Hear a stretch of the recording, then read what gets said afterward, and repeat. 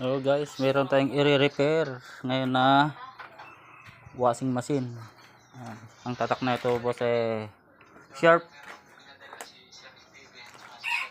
Ayan, sharp ang tatak guys.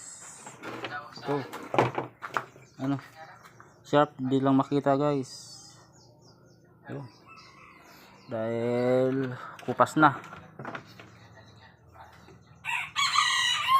Ayan. Yun, babaklasin natin lahat mga kabisnes.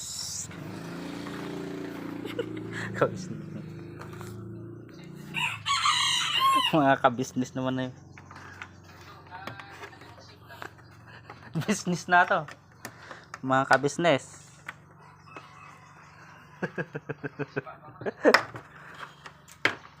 Ayan.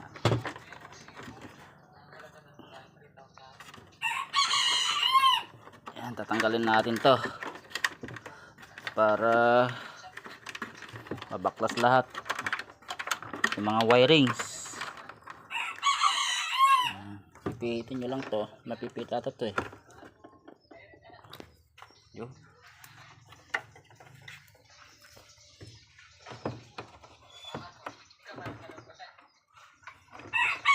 Ipupos nyo lang ganyan,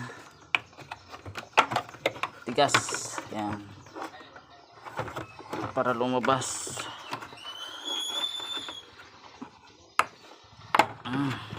Tigas yun. Ngayon mahuhugot na lahat yun. Iwalay natin to lahat. Yan, para babaklasin natin lahat mga katek. Yun. Yan. Lalagay mo natin dyan sa isang sulok para mabaklas lahat. Yun. Ito, tatanggalin natin yung kanyang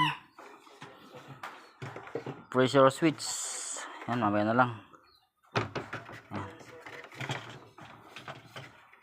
Meron siyang kanyang foam. Tatanggalin natin to mga katek. Yun. Yun. May lock. Pero isama-sama na natin yan. Yun. Yung pressure switch ito. Yun. Pag-iwahiwalay natin mga katek lahat. Para makita natin yung kanyang problema.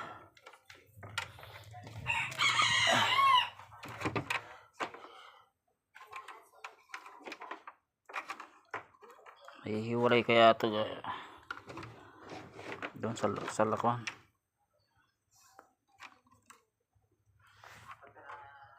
Neutral. Yun. Hiwalay natin to.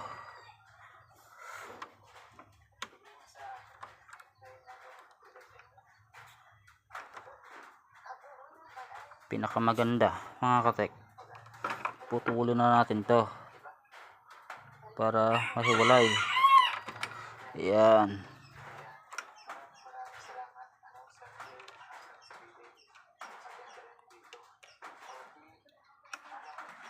Ito ground lang naman to mga katek. Ayan. Ayun.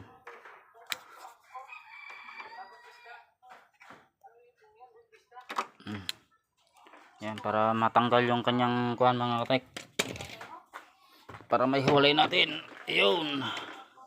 Ayan Ayan. Ilalagay mo natin sa isang sulok. Ayan Ayan. Para ikuha natin mga katek. Ngayon, para makita natin yung kanyang problema mga katek, nandito yung mga tornilyo lahat. Ayan. Kukunin natin dito. Dahil itutuwad natin mga katek yung automatic washing. Dahil ang problema na ito, ayaw mag-spin. Ayan. Asan na yung mga lalagyan natin ng tornilyo mga katek? Yun, yun pala. Ayan Yun. Ayan yan. Mayroon pang isang natitira. Ayun. Ngayon, ito na yung kanyang wirings. Ayun. Pinag-iwalay natin mga katek. Para tanggal natin yung kanyang drum buo. Yan. Sa harapan mga katek, dalawang dilaw. Yan. Oh. Tapos yung puti sa likuran. Yan.